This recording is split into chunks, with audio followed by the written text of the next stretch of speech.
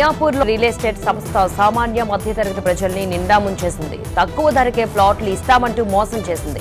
సుమారు 300 మంది నుంచి 50 కోట్ల రూపాయలు సేకరించి బాధితులను రోడ్డున పడేశారు. మనం నమ్మే వాళ్ళు మార్కెట్ లో ఉన్నంత కాలం మోసం చేస్తూనే ఉంటారు. అంటే మనకు ఓవర్ నైట్ లో కోటీశ్వరుడు కావాలంటే it can be possible. Gym చేసే కపుల్స్ కి 4 months కే బేబీ వస్తారంటే మనం ఎట్లా నమ్ముతాం? పెళ్లి చేసిన కొత్తగా పెళ్ళైన పిల్లను పిల్లగాడో పుట్టాలంటే 9 నెలలు 10 నెలలు అవుతుంది కదా. For everything there is a process. So మీరు పెట్టిన ఇన్వెస్ట్మెంట్ మినిమం డబుల్ కావాలంటే 3 to 4 years వెయిట్ చేయాల్సింది. ప్లస్ ఒకప్పుడు వన్స్ అపాన్ ఏ టైం ఏదో మోసపోయినాం అని చెప్పి ఆగాల్సిన అవసరం లేదు. భోజనం చేసేటప్పుడు పంట కింద ఒక రాయి వచ్చిందని చెప్పి భోజనం చేయడం మానేయం కదా. కాళ్ళు వేరేసి భోజనం చేయడం స్టార్ట్ చేయాలి. సో మనకి ఇప్పుడు రీసెంట్ గా హైడ్రా వచ్చిన తర్వాత ఇబ్బంది అయిందని చెప్తారు జనాలు. కానీ హైడ్రా వచ్చిన తర్వాత మనం బఫర్ జోన్ లో కొనొద్దు, మూసీ పక్కన కొనొద్దు, అవేర్నెస్ వచ్చింది. నాలా పక్కన కొనొద్దు, HMDA DTCP YTDA కొనాలి, గ్రామ పంచాయతీ ఫామ్ ల్యాండ్స్ కొనొద్దు, ఈ ఫ్రూట్స్ ఇస్తాం, పండ్లు ఇస్తాం, శాండల్వుడ్ ఇస్తాం, చెవుల పూలు పెట్టేటి కొనొద్దు అన్న విషయాన్ని తెలిసి ప్రజలకు చెప్పేది ఏంటంటే ఈ సోషల్ మీడియా, మొబైల్ యాప్లు, వెబ్సైట్ల ద్వారా ఎక్కువ లాభాలు వస్తాయని చెప్పి మభ్య పెట్టే దాన్ని నమ్మవద్దు. ఏదైనా పెట్టుబడి పెట్టే ముందు కాస్త ఆలోచించాలి, తొందరపడొద్దు.